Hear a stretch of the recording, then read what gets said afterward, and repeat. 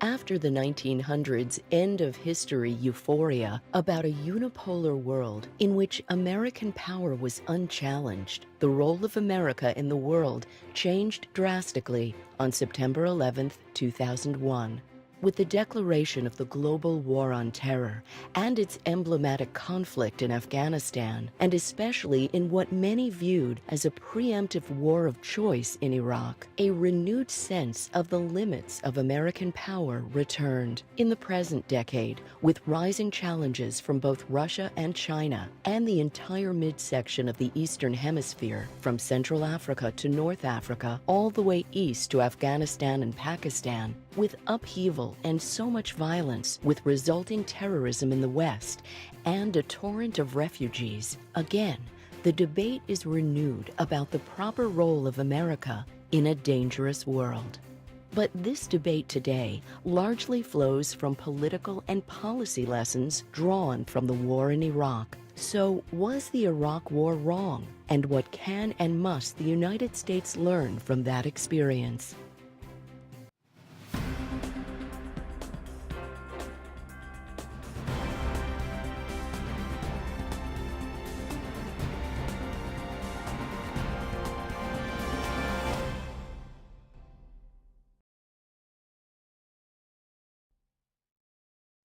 This episode of The Whole Truth was made possible by the Doran Family Foundation, Amatec, and by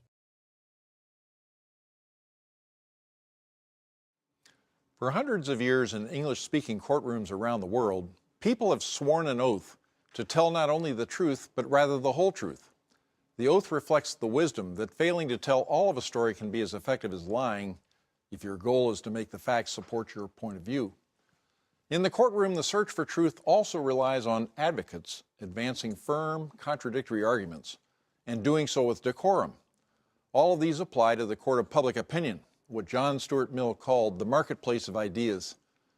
This is a series in which the competing voices on the most important issues of our time are challenged and set into meaningful context so that viewers like you can decide for themselves the whole truth.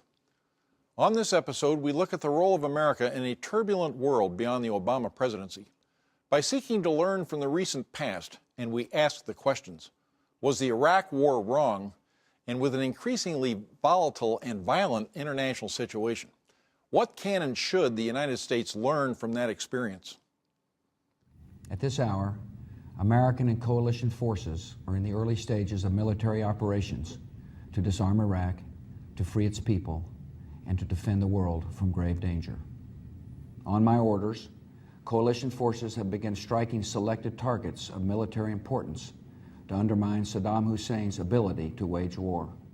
This will not be a campaign of half measures, and we will accept no outcome but victory. With us today to discuss these matters are Douglas Feith, former Undersecretary of Defense for Policy in the George W. Bush administration, Tamara Cofman Wittes, former Deputy Assistant Secretary of State for Near Eastern Affairs in the Obama administration, and Ribal al-Assad, who has left his country and is now the founder and director of the Organization for Democracy and Freedom in Syria. Mr. Feith was present at the beginning of this. This is still a very, very relevant question in confronting American diplomacy, but also the American public. It is now conventional wisdom, in fact, in American politics, from Jeb Bush to Bernie Sanders, that the Iraq War was a mistake. In hindsight, this is not atypical of America's limited wars fought since 1945. I think the origins of every one of them has been questioned. The conduct of every one of them has been questioned. And the outcome of every one of them has been questioned, so that we're looking at it in that sense. There is a school of thought that the Iraq War was unleashed forces of instability and extremism in the region. Some contend that the present weakened position of the United States and the rest of the democratic world finds itself with respect to the Middle East are associated with the war, including the increasingly assertive military and geopolitical activities of Russia and China. Let's ask this first as an historical question. All these years later, looking back on the Iraqi Freedom, Operation Iraqi Freedom, 2003, which we all remember very well. Tell us a little bit about that and how you see that today. The Saddam Hussein regime was a major problem and a major threat to the United States and American interests throughout the 1990s, and this was a problem that President George H.W. Bush dealt with, President Clinton dealt with. There probably was no problem in the world that got more attention from the UN Security Council in the 1990s than the threats posed by the Saddam Hussein regime. The UN passed something like 16 Security Council resolutions to try to contain the threats posed by the Saddam Hussein regime. So this was a problem that the Bush administration, the George W. Bush administration, inherited when they came in from the two previous administrations. And then came 9/11. And what 9/11 did was it made the range of threats posed by the Saddam Hussein regime, the threats of aggression, the threats of support for terrorism, the threats of pursuit, and in the case of Saddam Hussein regime, the actual use of WMD, the threats coming from the hostility that the regime had toward the United States. It made all of those threats look both more urgent and more important, larger. And so the president decided that, given that numerous methods had been tried over the preceding 12 years to try to contain the threat, and the containment was essentially crumbling, he decided that it was necessary to remove the regime in order to remove those threats. And I think he made the right decision at the time. There are all kinds of debates about how the war was conducted, and especially the aftermath. That, sure. Correct me if I'm wrong, but didn't the resolution authorizing force passed by the Senate in the fall of 2002 refer to, I believe, UN resolutions and earlier resolutions essentially calling for the regime change in Iraq, as I recall? Yes, it did. That resolution is worth looking at because it laid out a long list of important reasons to justify the military action. And the reasons were far broader than simply the possession of WMD stockpiles, which was, of course, a big mistake. Our intelligence community had said that we would find WMD stockpiles, and we didn't. But it's clear, and there were many war critics later said that that was the entire rationale for the war. But if you go back to the resolution that Congress adopted to authorize force in Iraq, it's clear that the rationale for the war was far broader than WMD stockpiles.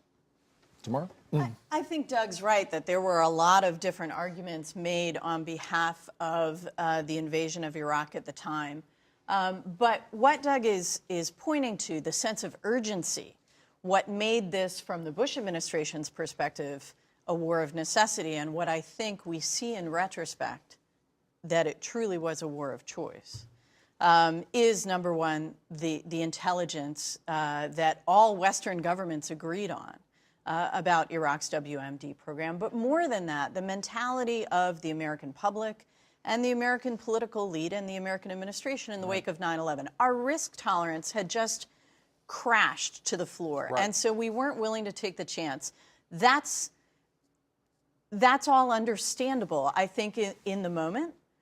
But we have to say, in retrospect, it was a war of choice. Yes, Saddam was an incredibly destabilizing actor in the Middle East, and he had been making trouble for the United States, for his neighbors, and brutalizing his own people for a long time. And there was no reason to think he was going to stop. More than that, the international regime we had to contain, Saddam, was breaking down. So at some point, there was a problem that was going to have to be solved. But did it have to be solved at that moment in that way? I think that's the question. Doug, as a footnote, I just have a question. Why do you suppose that Saddam Hussein did not just plainly make it clear that he did not have WMD? Was he trying to maintain mystery about his intentions to try to deter an attack or something like that? Why? No, it's a fascinating. I mean, the two sides almost collaborated in a way in that misjudgment. It's a fascinating question that you're raising. When Saddam was interviewed after he was overthrown and captured and was in the custody of our armed forces, he was asked about that. And what he said was that his main concern was using the threat of WMD to keep his own Kurdish population and his own Shiite population in check. Right. And he understood that this was that the appearance of having a WMD capability, an instant WMD capability stockpiles, that was a problem for him with the United States. Right. But his general view was, and he explained this, he said, the Americans are weak. The Americans are unwilling to take casualties. In order to overthrow me, they'd have to come to Baghdad. They can't come to Baghdad without taking substantial casualties. And so the threat that the Americans are actually going to come and overthrow me is not credible. From your point of view, how does this situation look historically now? I do agree with with the gentleman and Ms. Tamara also for regarding Iraq. But we should have, I think, thought better before then going into Iraq. We did not think that what would be the consequences. We did not take into consideration the void that will be created there. We did not take into consideration were the people of Iraq ready at the time for that democratic change that we wanted? Who was going to take advantage of the United States going into Iraq and replacing the actual regime, with the opposition that are now in power? I mean, were those people ready to promote the values that we believe in? Do they share the values that we believe in? Well, I don't think so, and we've seen what went on. Unfortunately, a lot of people in the Middle East do not understand democracy as we see it today. Most of them think that it's majority ruling over the minorities. And this has also, we have alienated the Ba'ath Party, as you know, with the process of de-Baathification, again, sending the military home, which was one of the biggest mistakes. And now this is what created the ISIS, the threat of ISIS that we have today. There are mainly former Saddam people, soldiers and officers who are fighting to reclaim what they have lost in Iraq, what they have lost in Syria. And they want to create their own Sunni state in between, Iraq and Syria. Sort of the last stand. This is this is a readout, right? This is the Saddam readout, ISIL. The problem was not that things were not taken into consideration. All kinds of things were taken into consideration. The implication of what you were saying is that we went to war in Iraq in order to make Iraq a democracy, and that's not the case. We went to war in Iraq in order to remove a threat to the United States, and that was the threat posed by Saddam Hussein and his sons. If he had remained in power and he was a relatively young man in reasonably good health, he would have been in there perhaps for decades, and then he would have been succeeded by his unspeakably horrible sons. We didn't go to war to spread democracy by the sword. We went to war to remove a threat, and we succeeded in removing that threat. What has allowed ISIS to become the threat that it is was not the removal of Saddam Hussein. It was the current chaos that exists in the Middle East. I mean, arguably, the inaction of the United States in the face of the civil war in Syria has created a much greater opportunity and has given ISIS the position that it has in the Middle East than the action that we took in Iraq. So the basic point that I would emphasize is when we act, the Middle East is unstable and a problem, and when we don't act, the Middle East is unstable and a problem.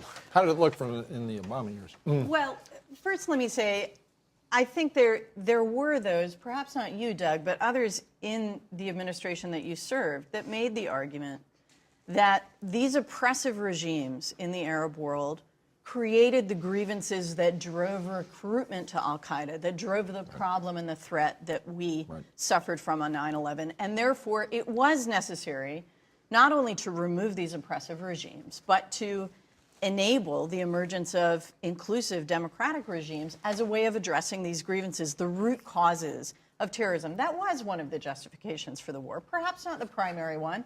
Maybe it wouldn't have been determinative or in balance, But it certainly was one of the rationales articulated, and I think we have to accept responsibility for that. I think any administration that embarks on an intervention also has to accept responsibility for what comes after. And it is inconceivable to me that any American administration which has decided to go in and overthrow a standing regime would not attempt to replace it with some form of democratic government. We did not, when we got rid of Saddam, we did not take into consideration to have a full exclusive government to replace Saddam. We alienated, by doing that, we alienated a lot of people. There was a lot of revenge, as you know. It's also part of the culture and Arabic culture, not Islam. This revenge culture that, we have to get rid of, the Christians, for example, who fought with Saddam or who were in Saddam's rank. We have to get revenge on the Christian. We have to get revenge on the Sunni Muslims. And those people, as you know, they've paid the price. 1 million Christians left Iraq. There's barely 200,000 left there. Why? Because, as you know, Saddam, same as the regime in Syria, they were kind of using other minorities to protect themselves against the majority.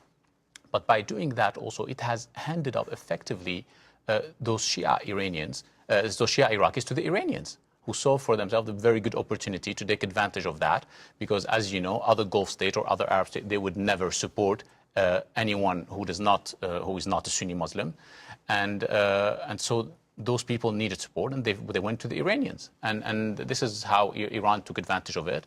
This is how Iran is still taking advantage of it, and again, we alienated almost 3 million people who found themselves without jobs, who found themselves there was, as you know, the death squads or Shia militias and others who were taking, revenge against most of the Ba'athist or other Saddam's soldiers, Fida'in, Saddam, or Republican Guards and others. You don't just disband the army, you send them back to barracks and you keep paying them so that they don't have incentive to go make mischief elsewhere. We had the surge, and when the surge occurred, we brought violence down. We had a functioning government in Iraq, and when President Obama withdrew U.S. forces from Iraq, he did so essentially declaring victory. He didn't do so saying the place is a mess. He said the place is in reasonably good shape, and so we can confidently withdraw. After he withdrew our forces, you started to get all of the political problems that arose that I think Tamara rightly points out are there in any event, no matter what we do. The real strength of ISIS, when did it appear? After the crisis in Syria. Why? Because there was a void that was there. The Americans had left, and the Saudis, Qataris, and other government were willing to pay whoever, as you know, to get rid of the Assad regime. So they were really funding whoever groups who were, willing to fight. And of course, Saddam's people took advantage of that. They were not going to get money as former Ba'athists, but they would get it as Islamists following the Wahhabi Salafist ideology, willing to fight the Assad regime, the Alawite infidels and the Shia Iranians. And the Saudis only noticed that too late. But those people had already control of vast areas. It seems to me that both of you are discounting the primary agents here. In Iraq, it's the Iraqi government in Baghdad, at that time run by Prime Minister Maliki, who governed in an exclusionary manner that alienated Sunnis and created the foundations on which ISIS could operate. And in Syria, it was Bashar al-Assad governing in an exclusionary manner, responding to his own people with brutality, relying on the Iranians to support and sustain him in the face of a popular uprising.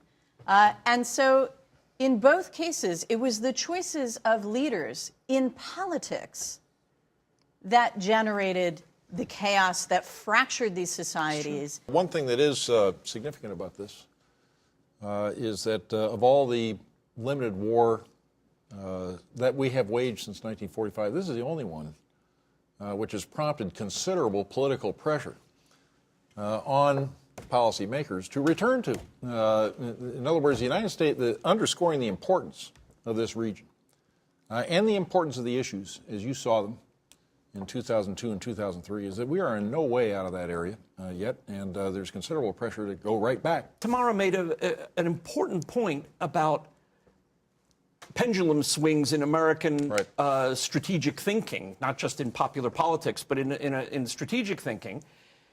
And we have had a pendulum swing recently I mean, we had the no more Vietnam mentality being very influential in American strategy for years.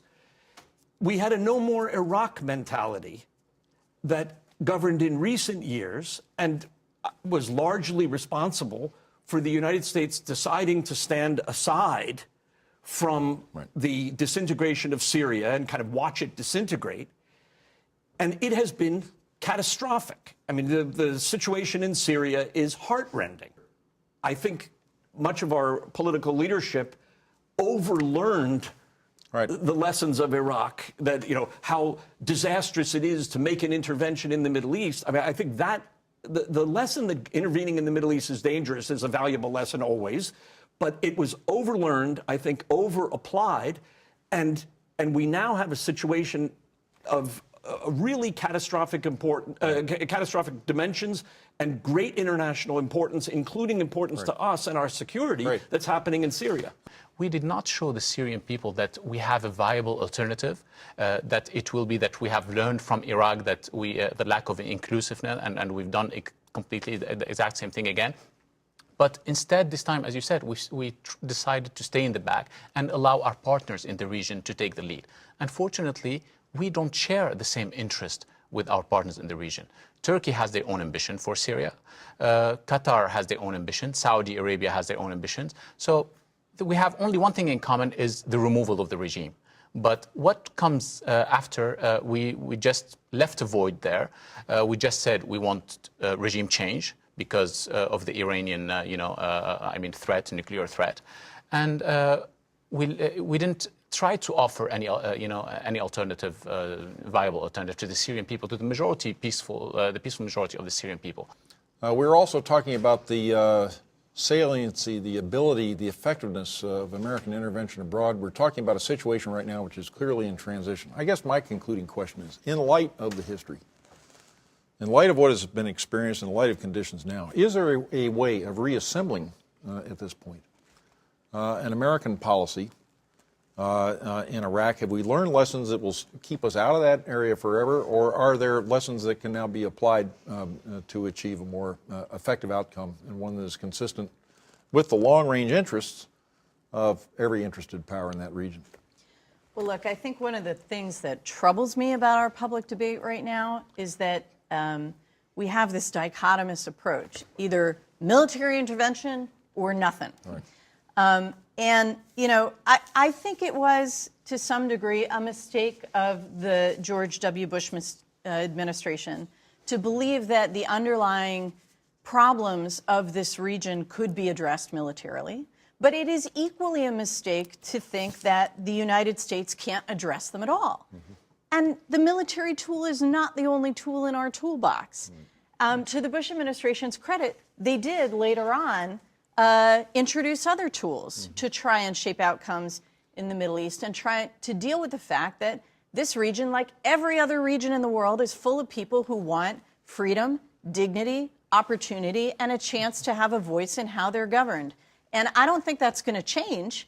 So I think the question for the United States is how it can nurture the only kind of governance in the Middle East that will be stable, which is inclusive governance. I want to thank everybody for taking time out to be part of this show. I appreciate it very much, and I think that people are going to learn a lot tuning in on an issue that's very much with us today. America has spent enormous blood and treasure in the invasion and occupation of Iraq. What did our country get out of it? What was our mission? And was it accomplished? What did the Iraqis get? Are they, in the main, better off today than before we went there? And what of the wider Middle East? Indeed, what of the wider world? It's become difficult to have a thoughtful and civil discussion of these questions because in many quarters the answers are thought to be self-evident.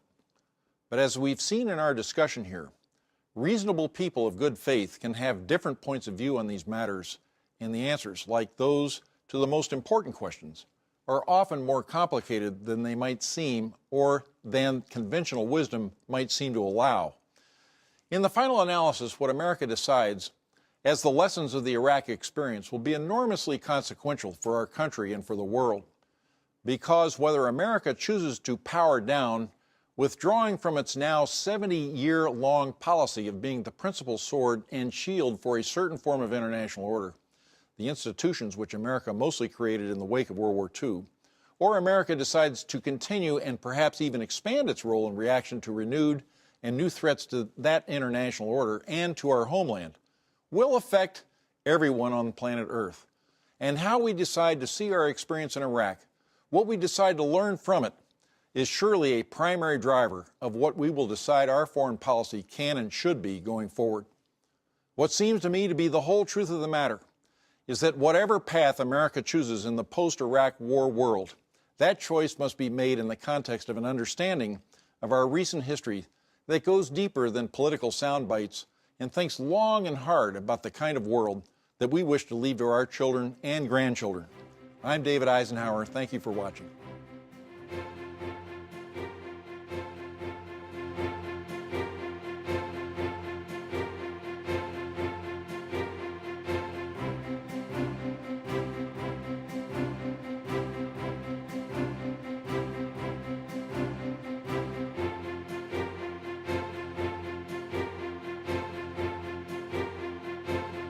This episode of The Whole Truth was made possible by the Doran Family Foundation, Amatec, and by